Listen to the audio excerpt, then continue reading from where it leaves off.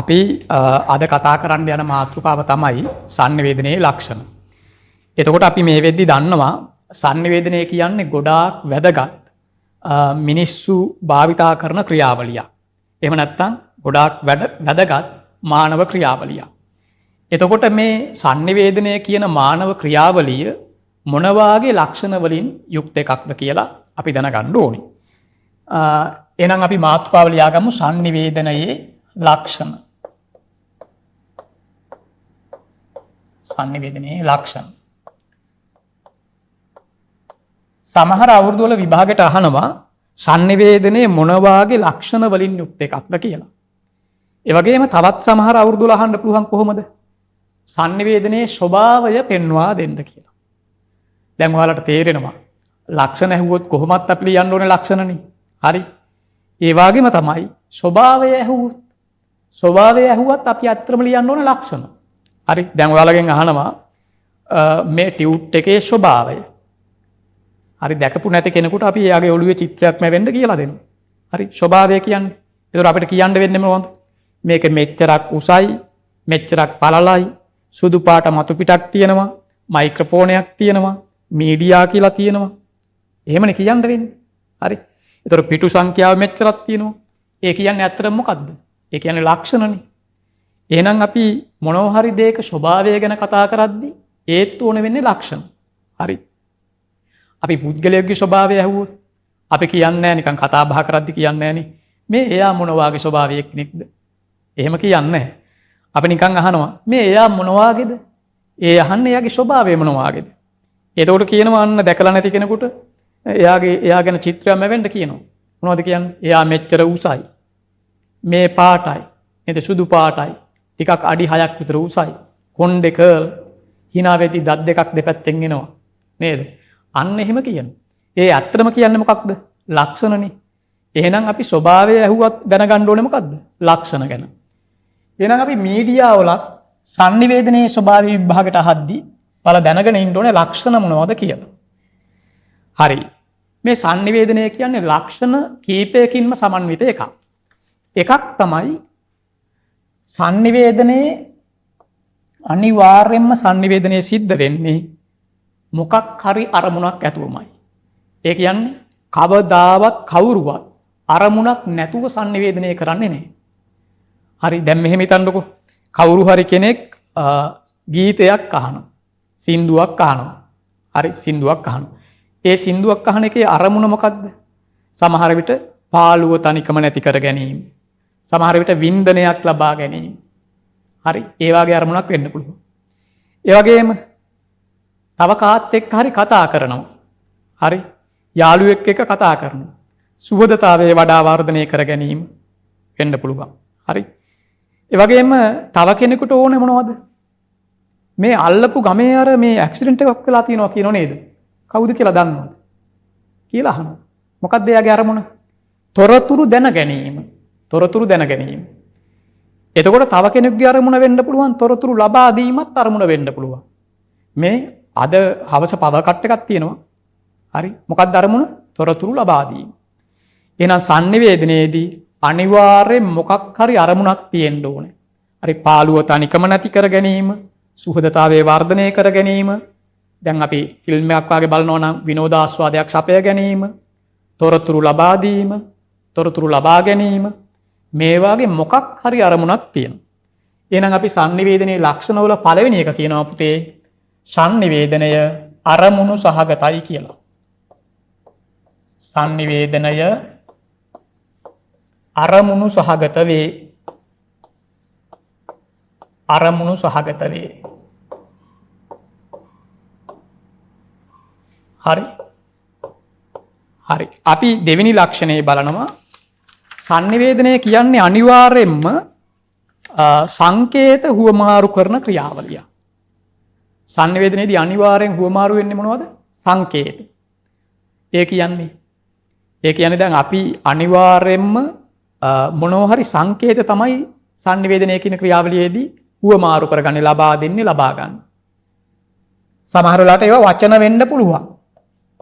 හරි මේ වචන කියන්නේ සංකේත જાතියක්. දැන් උදාහරණයකට අපි ගමුකෝ මෙහෙම අපි අම්මා කියලා කියනවා. අම්මා. දැන් අම්මා කියපුවාම sannivedakaya කියන්නේ තොරතුරු ලබා දෙන කෙනානේ. පණිවිඩය ලබා දෙන කෙනා.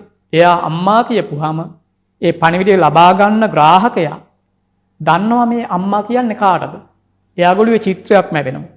අපි මේ ලෝකේ වැඩියෙන්ම ආදරය කරන නේද? අපි හදා වඩා ගන්න ලොකු කැපකිරීමක් කරපු. හරි. අපේ ලෝකේ ඊටාම වටිනා පුද්ගලයෙක්, වටිනා කෙනෙක් අම්මා. ඒතරම් අම්මා කියන එක හැමෝටම පොදු සංකේතයක්. අම්මා කියන වචනේ ඇහුණු ගමන් හැමෝගෙම හිතේ ඒ චිත්‍රය ඇඳෙනවා. හරි. එහෙනම් ඒක පොදු සංකේතයක්. ඒ වගේම තමයි ඕනෙම වචනයක් ඒ වාගේ පොදු සංකේතයක්. ඒ වගේම අපි අක්ෂර ගත්තොත් ඒ අක්ෂරය ඒ අකුර. ඒ අකුර කිව්වොත් මේක සංකේතයක්. ඒතර ලෝකේ කොහේ මොන රටක හරි කවුරු ඒ අකුර ලියවත් ඔහොම තමයි ලියන්නේ. හරි. කවුරුත් මෙහෙම ලියන්නේ නැහැ නේ ඒ අකුර. අනිත් පැත්තට. හරි. එහෙනම් මේක සංකේතයක්. ඒ වගේම විවිධ සංඥා සංකේත sannivedanayේදී හුවමාරු වෙනවා. හරි. දැන් අපි දන්නවා සමහර ඔය වොස්රූම් වල එහෙම ගහලා තියෙනවනේ රූප. ඒවත් සංකේත. දැන් අපි දන්නවා මෙහෙම සමහර ඒවල මෙහෙම ගහලා තියෙනවා. හරි. වොස්රූම් වල දොරවල් වල ගහලා තියෙනවා මෙහෙම. සංකේතයක්. තව ඒවල ගහලා තියෙනවා කොහොමද?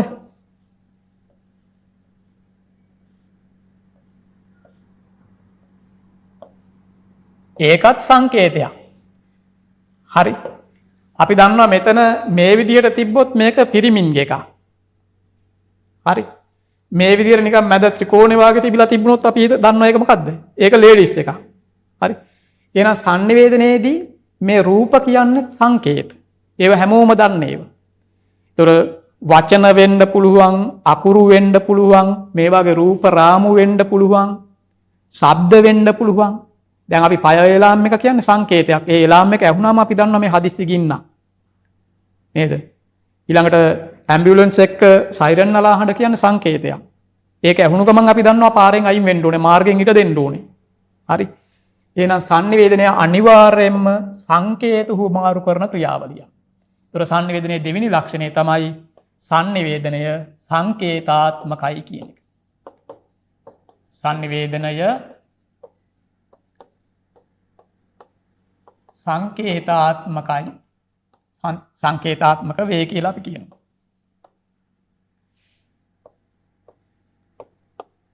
හරි. ඒ වගේම තමයි sannivedanaya තව ලක්ෂණයක් අපි කතා කරොත් sannivedanaya කියන්නේ පරිසරයෙන් පරිසරයට වෙනස් වෙන එකක්. කියන්නේ sannivedanaya හැම වෙලාවෙම හැම තැනම එක විදිහට නැහැ. හරි. ඒක පරිසරයෙන් පරිසරයට වෙනස් වෙනවා. මෙතන පුතේ මේ පරිසරය කියලා අපි කියන්නේ sannivedana පරිසරය. sannivedana වටපිටාව. හරි. ඒකට අපිට කියන්න පුළුවන් ඕන සන්දර්භය කියලා. සන්දර්භය. හරි. නිකම් භෞතික පරිසරය නෙමෙයි මේ sannivedana වටපිටාව. දැන් අපි උදාහරණයක් හිතට ගත්තොත් ළමයි ටිකක් පන්ති කාමරයක ඉන්නවා. හරි. ගුරුවරයා පන්ති කාමරයේ ඉද්දී ළමයි sannivedanaya කරන ආකාරය, තොරතුරු හොමාරු කරන ආකාරය, අනිත් කාට කතා කරන විදිය කොහොමද? පොඩ්ඩක් තැම්පත් ලීලාවෙන් එහෙමනේ. ඊට පස්සේ ගුරුවරයා පන්ති කාමරේ නැති වෙලාවට ඉන්ටර්වල් එකක් දුන්නාම ඒ ළමයි ටිකම ඒ පන්ති කාමරේම sannivedanaya කරන්න වෙනත් විදියකට. එනගන්න sannivedana වටපිටාව වෙනස් වෙනවා. ගුරුවරයා පන්තියේ ඉද්දි ඒ පන්ති කාමරේම sannivedana පරිසරය වෙනයි. ගුරුවරයා පන්තියේ නැති වුණාම ඒ පන්ති කාමරේම ඒ ළමයි ටිකම sannivedanaya කරන ආකාරය වෙනයි.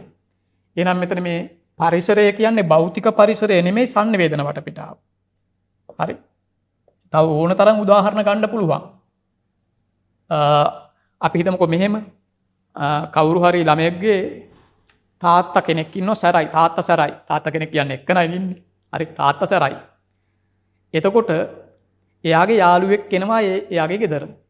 අපි නම් දෙකකුත් ගමු. එක්කෙනෙක් A. හරි. ඒගේ තාත්තා සැරයි. B එනවා.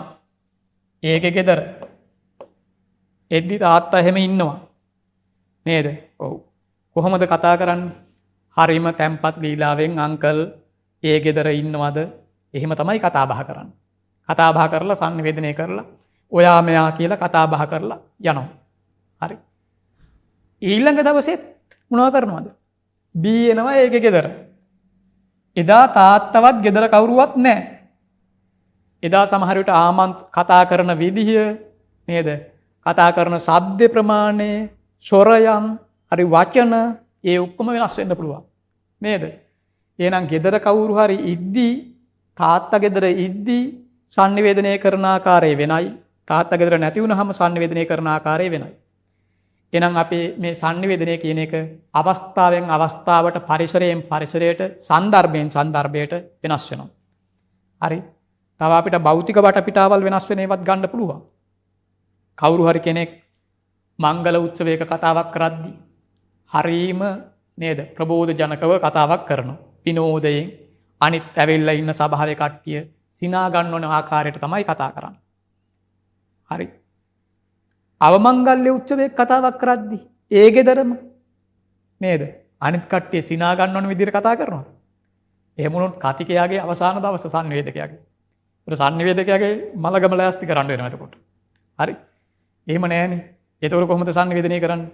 එතකොට සංවේදනය කරන්නේ ඊටාම ශෝකානුකූල හඬක්, ස්වරය පවා ශෝකානුකූල වෙනවා. වචන එහෙමයි. වේගෙන් කතා කරගෙන යන්නේ නෑ. හරි වචනවල තියෙන්නේ පොඩි මොකක්ද පහත් ලීලාවක්. උච්චස්වරයෙන් කතා කරන්නේ නෑ. හරි. අන්න දැන් ඔයාලා දන්නවා සංනිවේදනය කියන්නේ එතකොට පරිසරයෙන් පරිසරයට වෙනස් වෙන එකක්. ඒ හින්දා අපි කියනවා පරිසරයට අපි කියනවා සන්දර්භය නේද? සංවේදන වටපිටාවට. එහෙනම් සංනිවේදනය සන්දර්භයෙන් සන්දර්භයට වෙනස් වෙනවා. අපි කියනවා සංනිවේදනය සන්දර්භානුගතයි කියලා.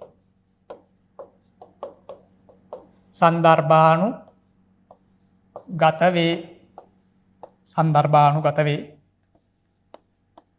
හරි. හතරවෙනි එක සංනිවේදනය විවිධාකාරයි. විවිධාකාරයි කියන්නේ සංනිවේදනය අපිට කරන්න පුළුවන් ආකාර ගොඩක් තියෙනවනේ. අපිට මේ විදිහට වචන භාවිතා කරලා සංනිවේදනය කරන්න පුළුවන්. හරි. ඒකට අපි කියනවා වාචික සංනිවේදනයනේ. ඉස්සරහට ඉගෙන ගන්නවා මේවා. හරි. වාචික සංනිවේදනය. අපිට වචන භාවිතා කරන්න නැතුව සංනිවේදනය කරන්න පුළුවන්. ඈත ඉන්න කෙනෙකුට මෙහෙම කතා කරන්න පුළුවන්. ඒ කියන්නේ එන්න කියන අර්ථය එයාට යනවා. හැබැයි වචන භාවිතා කරන්නේ නැහැ. ඒකට අපි කියනවා නිර්වාචික සංනිවේදනය. නිර්වාචික සංනිවේදනය. දැන් ඔයාලා විභාගෙට එහෙම මොකද කරන්නේ? මේ ඉගෙනගෙන ඉවර වෙලා හරි විභාගෙ ලියලා ඔයාගේ දැනුම නේද උත්තර පත්‍රයේ බලන උත්තර පත්‍ර පරීක්ෂකවරයාට මොනවද කරන්නේ? සංනිවේදනය කරනවා. කොහොමද සංනිවේදනය කරන්නේ? ලිඛිතව. එහෙනම් සංනිවේදනය ලිඛිතව කරන්නත් පුළුවන්. ලිඛිත සංනිවේදනය. හරි. ඒතකොට සංනිවේදනය දෙන්නෙක් එක්ක කරන්න පුළුවන්. හරි පිරිසක් එක්ක කරන්න පුළුවන්. හිත ඇතුළනුත් සංනිවේදනය සිද්ධ වෙනවා කියලා අපි කියනවා. හරි. අපි ඔය කල්පනා කරන ඒවා ඒකත් යම් සංනිවේදනයක්. ඒකට අපි කියනවා අන්තර්වාර්තී පුද්ගල සංනිවේදනය. ඒවා අපි ඉස්සරහට ඉගෙන ගන්න. එහෙනම් සංනිවේදනය එක්කෙනෙක් එක්ක කරන්න පුළුවන්, දෙන්නෙක් එක්ක කරන්න පුළුවන්, පිරිසක් එක්ක කරන්න පුළුවන්, මහා විශාල පිරිසක් එක්ක කරන්න පුළුවන්. ලිඛිතව කරන්න පුළුවන්, වාචිකව කරන්න පුළුවන්, නිර්වාචිකව කරන්න පුළුවන්. හඬ ආධාරයෙන් කරන්න පුළුවන්. පන්සලේ ගන්ටාරේ ගහනවා බෝධි පූජාව පටන් ගන්න කිට්ටු වෙද්දි. නේද? එතකොට අන්න හඬ ආධාරයෙන් සංනිවේදනය. ඔය දුර පළාත්වල නේද ගමේ පන්සලේ හාමුදුරුවන්ට හරි මොන හරි අසනීපයක් හරි කරදරයක් වුණාම සමහර වෙලාවට ඒත් පාවිච්චි කරන්නේ ගන්ටාරෙමයි. හැබැයි එතකොට අර බෝධි පූජාව පටන් ගද්දි වාගේ නේද හිමින් එකක් ගහලා ශබ්ද පිට වුණාම අනිත් එක ගහන්නේ නැහැ. හදිසි අවස්ථාවක ගහන්න එක දිගට ටාං ගාලා ගහගෙන යනවා. එහෙනම් ඒ ගන්ටාරෙනු විවිධ සංවේදනයන් සිද්ධ වෙනවා. හරි. එහෙනම් මේ විදිහට මිනිස්සුන්ට විවිධාකාරයෙන් සංවේදනය කර හැකි. දුරකථන භාවිතා කරලා සංවේදනය කරන්න පුළුවන්. හරි. මුහුණ දිහා බලාගෙන කතා කරන්න පුළුවන් මුහුණට මුහුණ. ටීවී එකකින් මොනවා හරි ප්‍රෝග්‍රෑම් එකක් බලනවා කියන්නේ සංවේදනයනේ. හරි. එහෙනම් විවිධාකාරයෙන් සංවේදනය කරන්න පුළුවන්. එහෙනම් අපි කියනවා සංනිවේදනයේ ඒකාකාරී දෙයක් නෙමෙයි මේක විවිධාකාරයෙන් කරන්න පුළුවන් දෙයක් නිසා සංනිවේදනය විවිධාකාර වේ කියලා. සංනිවේදනය විවිධාකාර වේ. ඊළඟට ඊළඟට sannivedanaye තව වැදගත් ලක්ෂණයක් තමයි sannivedanaya ගොඩක් දුරට දිවි මාර්ගිකයි. දිවි මාර්ගිකයි කියන්නේ මාර්ගයන් දෙකක සිද්ධ වෙනවා කියන එකනේ. දැන් මේවා ඉස්සරහට ඉගෙන ගන්න නිසා මම මහා ගැඹුරින් කතා කරන්නේ නැහැ. හරි. පොඩි සරල උදාහරණයක් අරන් පැහැදිලි කරන්නම්. අපි හිතමු A කියලා පුද්ගලයෙකුයි B කියලා පුද්ගලයෙකුයි ඉන්නවා කියලා. ඒතර sannivedanය A මොනවා හරි Bට කියනවා. හරි. ඒතර අපි දන්නවා පණිවිඩය ලබා දෙන එක්කනට කියනවා අපි sannivedakaya. පණිවිඩය ලබා ගන්න එක්කනට කියනවා අපි කවුරු කියලාද? ග්‍රාහකයා කියලා කියනවා. එතකොට A මොනවා හරි Bට කියද්දී sannivedakaya වෙන්නේ A නේ. B තමයි ග්‍රාහකයා. ඒතර පණිවිඩය ගමන් කරන්නේ A ගේ පැත්තේ ඉඳලා B ගේ පැත්තට. උඹ කෑවද කියලා අහනවා. දැන් අන්න A ගේ පැත්තේ ඉඳලා B ගේ පැත්තට. B ඒකට උත්තර දෙද්දි මොකක් වෙනවද? B sannivedakaya වෙනවා. A ග්‍රාහකයා වෙනවා. මොකද B උත්තර දෙද්දි ඒත් කතා කරන්න යන්නේ නැහනේ. A අහගෙන ඉන්නවා. නෑ බං තාම කෑවේ නෑ. කෑම කමුද කියලා B අහනවා. අන්න B අහනවා ඒගේ. ඒතර B sannivedakaya වෙනවා. A ග්‍රාහකයා වෙනවා. දැන් පණිවිඩය කොහොමද ගමන් කරන්නේ? B ගේ පැත්තේ ඉඳලා A ගේ පැත්තට. හරි. එහෙනම් sannivedanය එක අවස්ථාවක මෙතන A ගේ පැත්තේ ඉඳලා B ගේ පැත්තට ගමන් කරා. ඊළඟ අවස්ථාවේ B ගේ පැත්තේ ඉඳලා A ගේ පැත්තට ගමන් කරා. හරි මාර්ග දෙකක. එන අපි කියනවා දිවි මාර්ගිකව සිද්ධ වෙනවා මෙතන. හරි ගොඩක් අවස්ථාවල sannivedanය දිවි මාර්ගිකයි. හැබැයි සමහර අවස්ථා තියෙනවා sannivedanය දිවි මාර්ගිකව සිද්ධ වෙන්නේ නැහැ. ඒක මාර්ගිකයි. මොන වාගේ අවස්ථාද? දැන් ඔයාලා හිතන්න රේඩියෝ එකෙන් සින්දුවක් අහනවා කියලා. රේඩියෝ එකෙන් කවුරු හරි සින්දුවක් අහනවා. දැන් ඔය ඉස්සර රූපවාහිනියේමත් අඩු කාලේ අතීතයේ රේඩියෝ එකෙන් ගුවන්විදුලි නාට්‍ය ඔය එක එක නාට්‍ය තිබ්බා. මුවන් පැලස්සා මෙව්වා කිය නේද? මෑතකත් ඔය ආදරේ පොළව තරම් ඔය එක එක ඒවා මට ඇහිලා තියෙනවා. එහෙම තියෙනවනේ. ඔව්. දැන් අපි අහනවා අඩුයි. හැබැයි එහෙම ගුවන්විදුලි නාට්‍ය හරියමෙත් තියෙනවා. ඒවත් අහනවා. ගීත අහනවා. ගුවන්විදුලියට සබන් දෙනවා කියන්නේ කොහොමද? අපි හිතමු ගුවන්විදුලියේ පැත්තෙන් එනවනේ sannivedanaya. හරි පරිවිඩේ එනවා. ග්‍රාහකයා ඉන්නේ ගෙදර ග්‍රාහකයාට. එතකොට ග්‍රාහකයා අයපාරක් ගුවන්විදුලියේ ස්පීකරයට කට තියලා කතා කරනවද? නෑනේ. එහෙනම් එතනින් sannivedanaya මොකක් වෙනවද? අවසාන වෙනවා. එතකොට පණිවිඩය ගමන් කරන්නේ කොහොමද? ඒක මාර්ගිකව. හරි ඒක මාර්ගිකව. හරි. එහෙනම් ග්‍රාහකයා ළඟට ආවට පස්සේ පණිවිඩය ඉවරයි. එයා ප්‍රතිචාර දක්වන්නේ නැහැ. හරි. එහෙනම් ඒක මාර්ගිකයි. හැබැයි එහෙම අවස්ථා අඩුවෙන් තියෙන්නේ. එතකොට එහෙම අවස්ථාත් තියෙනවා අඩුවෙන් තියෙන්නේ.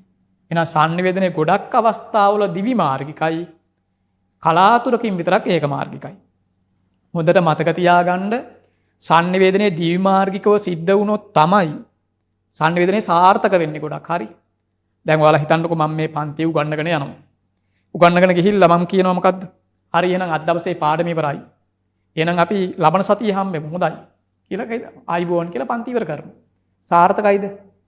නෑ. ඔයාට ගැටලු තියෙනවද? දැන් මොකද මම පණිවිඩය දීලා තියෙන්නේ. මම උගන්වලා තියෙන්නේ. sannivedakaya වෙලා තියෙන්නේ මම. ඔයා ගෙදර ඉඳලා ග්‍රාහකයාගේ කාර්යය තමයි කරන්නේ. ඔයාට ගැටලු තියෙනවද? ඔයාගේ ප්‍රශ්න මොනවද? කියලා ඔයාටත් sannivedakaya වෙන්න අවස්ථාවක් දෙන්න ඕනේ. මම ග්‍රාහකයා වෙන්න ඕනේ. ඒතකොට තමයි sannivedanaya දිවි මාර්ගික වෙන්නේ. ඔයාගේ පැත්තේ ඉඳලා මගේ පැත්තට ගලාගෙන එන්නේ. එහෙනම් sannivedana ක්‍රියාවලියක් සාර්ථක වෙන්න නම් ඇත්තටම දිවි මාර්ගික වෙන්න ඕනේ. ඒ සමහර මාධ්‍යයන් තියෙනවා. ඒවල sannivedanaya ගොඩක් දුරට ඒක මාර්ගිකව සිද්ධ වෙන්නේ. හරි. ඒ නිසා අපි කියනවා වැඩි වශයෙන් දිවි මාර්ගිකව සිද්ධ වෙන්නේ. හැබැයි සමහර වෙලාවට ඒක මාර්ගිකව සිද්ධ වෙන්නේ. ඒ නිසා මේක අපිට කියන්න පුළුවන් sannivedanaya මොකද්ද? ඒක මාර්ගික මෙන්ම දිවි මාර්ගික වේ කියන එකට වැඩි වශයෙන් සිද්ධ වෙන්නේ දිවි මාර්ගිකවනේ. ඒ නිසා අපි නිකන් අර ලියද්දි ගැලපෙන්නේ ඒ වාගේ තමයි. ඒක මාර්ගික මෙන්ම දිවි මාර්ගිකව සිදුවේ කියන එක තමයි ලියද්දි ගැලපෙන්නේ වාගේ නිකන්. එහෙම අදහසක් එනවා. මොකද එක ගැන කියලා දෙක ගැන කියන එක තමයි හොඳ. හැබැයි ඊට වැඩියෙන්ම සිද්ධ වෙන්නේ දිවි මාර්ගිකවනේ. ඒ නිසා අපි මෙහෙම ලියමු. sannivedanaya දිවි මාර්ගික මෙන්ම ඒක මාර්ගික වේ. මොකද අඩු වෙන්නේ ඒක මාර්ගිකව සිද්ධ වෙන්නේ. ඒක මාර්ගික වේ. හරි. sannivedanaye ද්විමාර්ගික මෙන්ම ඒකමාර්ගික වේ. ඊළඟට sannivedanaya බලය වේ කියලා අපි කියනවා. 6 වෙනි එක. හරි. මම මේ ටික මකනවා හරි. 6 sannivedanaya 6 වෙනි ලක්ෂණය තමයි මොකද්ද? sannivedanaya බලය වේ. බලය වෙනවා කියන්නේ ලියලම කතා කරමු. sannivedanaya බලය වේ. මේක හැබැයි ඔයාලා ඉස්කෝලවල එහෙම ඉගෙනගෙන තියෙන වෙන විදියකට වෙන්න ඇති. හරි.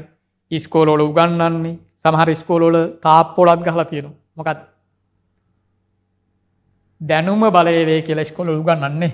දැනුම බලය වේ. දැන් මේ සමහරවිට sannivedanaya බලය වේ කියන එක ඇහුවම වෙන්න ඇති. ඔච්චර කල් ඔයාලා ඉගෙනගෙන තියෙන ඕ ලෙවල් වලට එහෙම ඉගෙනගෙන තියෙන දැනුම බලය වේ කියලා. ඉස්කෝලවල කියන්නේම දැනුම බලය වෙනවා කියලා. හරිද නැද්ද? හරි. දැනුම තමයි බලය වෙන්නේ. හරි.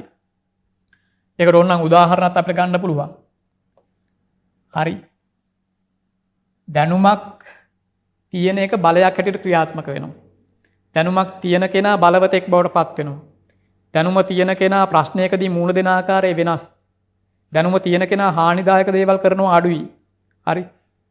ඒ හින්දා දැනුම බලය වේ කියන්න පුළුවන් අපිට. ඒ වගේම තව සරල උදාහරණයක් මම ගන්නම්. දැන් ඔය අපේ රටේ තියෙනනේ ඇඟලුම් වාගේ දේවල්. නේද? ගාමට් ෆැක්ටරි තියෙනවනේ. එතකොට අපේ ඇඟලුම් ඔය නිමියඳු අපි ලෝක වෙළඳපළට යොමු කරනවානේ. නේද? මහල ලංකාව ඇතුලේ. හරි යවනවනේ. එතකොට අපේ රටේ සමහර වෙලාවට ওই ගාමට් ෆැක්ටරි වල වැඩ කරන ළමයින්ට තවත් වෙන සමහර රටවල් වලට සාපේක්ෂව මම කියන්නේ ඔක්කොම රටවල් වලට සාපේක්ෂව නෙමෙයි. සමහර ওই පිලිපීන් වගේ රටවල් වලට සාපේක්ෂව සාමාන්‍ය හොඳ වැටුපක් ගෙවනවා. හරි හොඳ වැටුපක් ගෙවනවා. එතකොට ඒවල අර පහළ ශ්‍රේණියේ මහණ්ඩම ඉන්න ළමයිටනේ පඩි අඩු. නැත්නම් අතරම ගාමට් ෆීල්ඩ් එක කියන්නේ ලොකු පඩි තියෙන ෆීල්ඩ් එකක්. හරි. ඒක ඉතින් එක සුදුසුකම් හදාගෙන ඉස්සරහට යන්න ඕනේ. හරි. එතකොට හොඳ වැටුපක් ගෙවනවා. අපිට අමුද්‍රව්‍ය සපය ගන්නත් ටිකක් අපි සමහර ඒවා පිට රටවල් වලින් ගෙන්නනවනේ. හරි. ටිකක් අමාරුයි. ඒ නිසා අපේ රටේ නිමියඳුමක් නිෂ්පාදනය කරද්දී අපි හිතමු ෂර්ට් එකක් කියලා නිෂ්පාදනය කරද්දී යම් පිරිවැයක් දරන්න සිද්ධ වෙනවා. හරි. ටිකක් ලොකු පිරිවැයක් දරන්න සිද්ධ වෙනවා. පිලිපීන් වගේ රටකට සාපේක්ෂව පිරිවැය වැඩි. අපි හිතමු අපි එහෙම නිෂ්පාදනය කරලා අපේ ෂර්ට් එකක් තියෙනවා ඩොලර් 100යි. ලෝක වෙළඳපළට අපි යවලා තියෙනවා. හරි. අපේ ෂර්ට් එකේ මිල.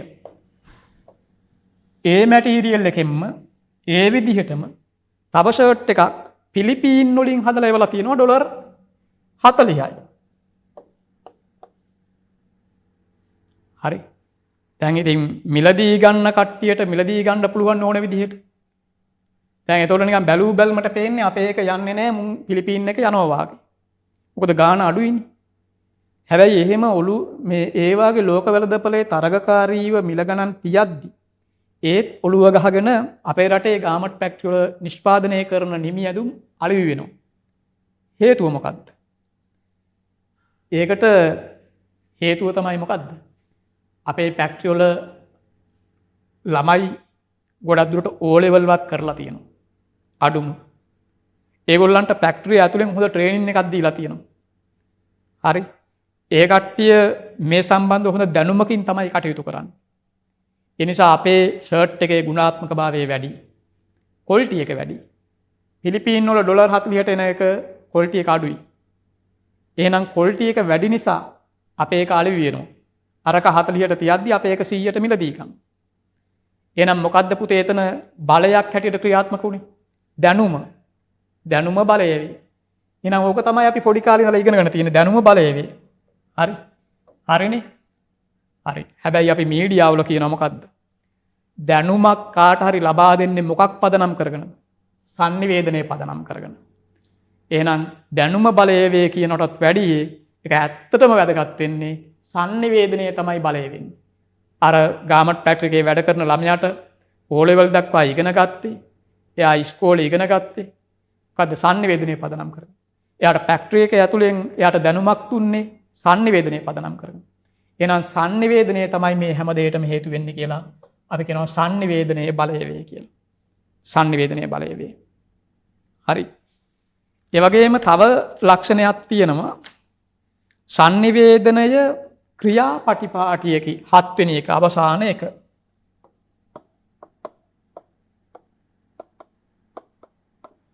sannivedanaya ක්‍රියාපටිපාටියකි. ඒ කියන්නේ 7 වෙනි ලක්ෂණය. sannivedanaya ක්‍රියාවලියක්. තනි ක්‍රියාවක් නෙමෙයි. ඒක ක්‍රියාවන් ගොඩක් ඒක රාශී වෙච්ච ක්‍රියාවලියක්. ඒ කියන්නේ sannivedanaya කියන්නේ මෙන්න මෙහෙම එකක් පුතේ. හරි මම මේක මකනවා 7 වෙනි එක sannivedanaya ක්‍රියාපටිපාටියකි. හරි. sannivedanaya කියන්නේ මෙන්න මෙහෙම එකක්. මේවා අපි sannivedana මූලිකාංග කියන කොටස ඉගෙන ගන්නවා. හරි. sannivedanaya කියන්නේ තනි ක්‍රියාවක් නෙමෙයි ඒක මූලිකාංග ගොඩක් එකතු වුණු ක්‍රියාවලියක්. මෙහෙම හිතන්නකෝ. sannivedakයෙක් ඉන්නවා. sannivedanaya ඇතුලේ පණිවිඩය යොමු කරන එක්කෙනෙක් ඉන්නවා. එයාට අපි කියනවා sannivedakaya. එනවා sannivedanaya කියන ඇතුලේ පණිවිඩය යොමු කරන එක්කෙනෙක් ඉන්නවා. හරි. එයාට කියනවා sannivedakaya. ඊළඟට sannivedakයාගේ ඔළුවට පහළ වෙන්නේ අදහසක්. ඒ අදහස යාල් විධිමත් පණිවිඩයක් බවට සකස් කරන්න ඕන. විධිමත් පණිවිඩයක් බවට පත් කරන්න ඕන. අපි ඒකට කියනවා සංදේශය කියලා. මේවා ඉස්සරහට ඉගෙන ගන්න හින්දා මම කෙටියෙන් මෙතන කියන්නම්. හරි. සංදේශය. ඊළඟට sannivedakaya විසින් සංදේශයක් සකස් කරාට පස්සේ එයා එක මොකක් හරි මාර්ගයකින් ග්‍රාහකයාට යොමු කරන්න ඕනේ. sannivedakaya සකස් කරපු සංදේශය ග්‍රාහකයාට යොමු කරන මාර්ගයට අපි කියනවා මාධ්‍ය කියලා. හරි රූපවාහිනී වෙන්න පුළුවන්, ගුවන් විදුලි වෙන්න පුළුවන්, පුවත්පත් වෙන්න පුළුවන්. හරි. සමාජ මාධ්‍ය වෙන්න පුළුවන්, කටහඬ මාධ්‍ය වෙන්න පුළුවන්. හරි. මාධ්‍යකින් ග්‍රාහකයාට යොමු කරනවා. ග්‍රාහකයාට යොමු කරපුවාම ග්‍රාහකයා මෙතනින් පණිවිඩය ලබා ගන්නවා. හරි. ලබා ගද්දි මේ හරියේ බාධක හරිමෙත් සිද්ධ වෙන්න පුළුවන් සමහර වෙලාවට. හරි. sannivedana බාධක. හරි. පණිවිඩයේ ග්‍රාහකය ලබා ගන්නවා. ග්‍රාහකයා. හරි. ග්‍රාහකයා පණිවිඩය ලබාගෙන මොකද කරන්නේ? එයා නිකන් ඉන්නේ නැහැ. එයා එකට ප්‍රතිචාරයක් දක්වනවා. ඒකට අපි කියනවා ප්‍රතිපෝෂණය.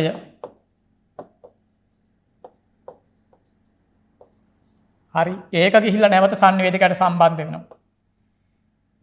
එතකොට sannivedana වටපිටාව sannivedana පරිසරය එහෙම බලපානවා මේකට. හරි. තව ගොඩාක් තියෙනවා මූලිකාංග. ප්‍රධාන ඒවා කීපයක් මම කිව්වේ මේ. එතකොට ඔයාට අම්මා කෑම ටික හදලා පුතේ කෑම කන්න කියද්දි මෙන්න මේ කියන ඔක්කොම වෙනවා. හරි. sannivedakaya අම්මා එයාගේ සංදේශය එයා කෑම හදපුවාම එයාගේ ඔළුවට එනවා මොකද්ද? කොල්ලට කන්න කියන්න ඕනේ. නැත්තම් කෙල්ලට කෑම ටිකක් කන්න කියන්න ඕනේ. හරි. එයා ඒක මොකක් බවට පත් වෙනවද? පත් කරනවද? වචන බවට පත් කරනවා. පත් කළා එයා මොකද්ද මාධ්‍ය? රූපවාහිනියේ දැන්වීමක් දාන්න නැහැ නේ ගිහිල්ලා. මොකද කරන්නේ? කටහඬ මාධ්‍ය උපයෝගී කරගන්න. හරි. එයා කියද්දි ඔන්න බල්ලෙක් විරුවොත් මොකද වෙන්නේ? sannivedana බාධකන්න.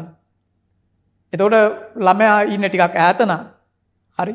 ළමයා ඉන්නේ කාමරේ නා. අම්මා ඉන්නේ කුස්සියේ නා. පුතේ කෑම කන්න කියද්දි ගෙදර බල්ලා බුරනවා. හරි. අන්න පරිසරයෙන් එනවා බාධාවක්. ඒක බල්ලා බුරන සද්දෙට ඇහෙන්නේ නැහැ. මොකක්ද අම්මා? අය පාරක් අහනවා යා. හරි. එහෙනම් sannivedana බාධක.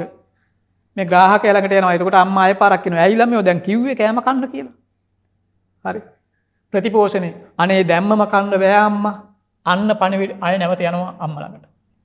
දැන් බලන්න sannivedana කියන්නේ තනි ක්‍රියාවක් නෙමෙයිනේ. නිකන් ඊටාම සරල දෙයක් අපි ගත්තේ. රූපවාහිනියෙන් පුවත්පතෙන් ගුවන් විදුලියෙන් නේද? අන්තර්ජාලයෙන් sannivedana කරනවා වගේ එකක් නෙමෙයි. අම්මා කෑම ටික උයලා පුතේ කෑම කන්න කියන සරල දේ ගත්තේ. ඒක ඇතුළෙත් මේ ඔක්කොම සිද්ධ වෙනවා. හරි. එහෙනම් sannivedana කියන්නේ ක්‍රියාවලියක්. හරි. ඔන්න ඔය කියන ලක්ෂණ වලින් යුක්ත එකක් තමයි sannivedana කියන්නේ. දැන් අපි ලක්ෂණ ටික නැවත බලමු. එකක් තමයි අරමුණු සහගත වේ. sannivedana අරමුණු සහගත වේ. මේ ටික මතක තියාගන්න ඕනේ. ඉතින් එච්චරයි. 2 sannivedanaය සංකේතාත්මකයි. ඒ කියන්නේ සංකේත තමයි අනිවාර්යෙන් හුවමාරු වෙන්නේ. sannivedanaය සංකේතාත්මක වේ. හරි. ඊළඟට sannivedanaye පරිසරයෙන් පරිසරයට වෙනස් වෙනවා. sannivedana වටපිටාවෙන් වටපිටාවට වෙනස් වෙනවා. අපි කියවා sannivedanaye සන්දර්භානුගතයි කියලා. sannivedanaය සන්දර්භානුගත වේ. sannivedanaye සන්දර්භානුගත වේ. ඊළඟට sannivedanaye අපි කියවා විවිධාකාරයෙන් සිද්ධ වෙනවා. හරි. sannivedanaye විවිධාකාරයෙන් සිද්ධ වෙනවා. sannivedanaye විවිධාකාර වේ.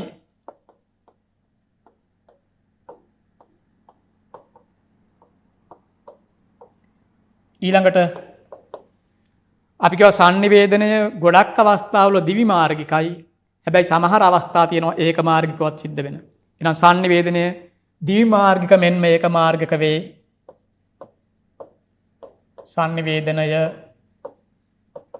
දිවි මාර්ගික මෙන්ම ඒක මාර්ගික වේ.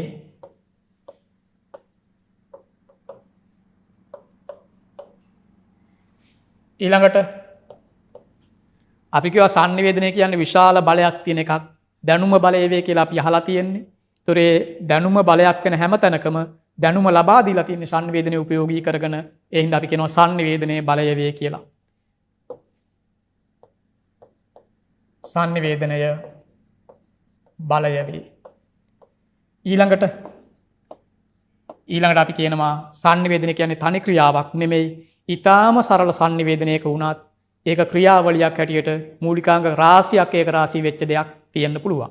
එහෙනම් අපි කියනවා sannivedanaye ක්‍රියාවලියක නැත්නම් ක්‍රියාපටිපාටියක කියලා. sannivedanaye ක්‍රියාවලියකි. හරි. ක්‍රියාවලියක් වේ කිව්වත් කමක් නැහැ. ක්‍රියාවලියක නැත්නම් ක්‍රියාවලියක් වේ. හරිනේ. හරි. එහෙනම් ඔයාට විභාගෙට sannivedanaye ලක්ෂණ ගැන ඇහුවා. sannivedanaye ස්වභාවය ගැන ඇහුවා. ඔයාට අනිවාර්යයෙන්ම වැදගත්ම වෙන්නේ මෙන්න මේ sannivedanaye ලක්ෂණ ටික. හරි. sannivedanaye ලක්ෂණ ඇහුවොත් කෙලින්ම ලක්ෂණ 5ක් සඳහන් කර 2ක් විස්තර කරන්න. එහෙම අහන අවස්ථා තියෙනවා. ඒ වගේම විභාගයට අහනවා sannivedanaye ස්වභාවය පැහැදිලි කරන්න. ඒතර අපිට මේ දෙන්න ලකුණු ප්‍රමාණයත් එක්ක තීරණය කර හැකි කොහොමද පැහැදිලි කරන්න කියලා. ඒවා මම ඉස්සරහට කියලා දෙනවා. එතකොට ලකුණු ප්‍රමාණය ටිකක් වැඩියෙන් දෙනව නම් sannivedanaye මෙන්න මේ වාගේ ලක්ෂණ වලින් සමන්විත එකක් කියලා ওই ලක්ෂණ යටතේ තව ටිකක් විස්තර කරලා දෙන්න ඕනේ. හරි. එහෙනම් sannivedanaye ලක්ෂණ ඇහුවත් sannivedanaye ස්වභාවය ඇහුවත් ඔයා මේ ලක්ෂණ ටික මතක තියාගන්නම ඕනේ. හරි. එහෙනම් මේ ටික මතක තියාගන්න බලමු අපි sannivedanaye අරමුණු සහගත වේ, sannivedanaye සංකේතාත්මක වේ, sannivedanaye සන්දර්භානුගත වේ, sannivedanaye විවිධාකාර වේ, sannivedanaye ද්විමාර්ගික මෙන්ම ඒක මාර්ගික වේ, sannivedanaye බලය වේ, sannivedanaye ක්‍රියාවලියක් වේ. හරි. එහෙනම් එච්චරයි.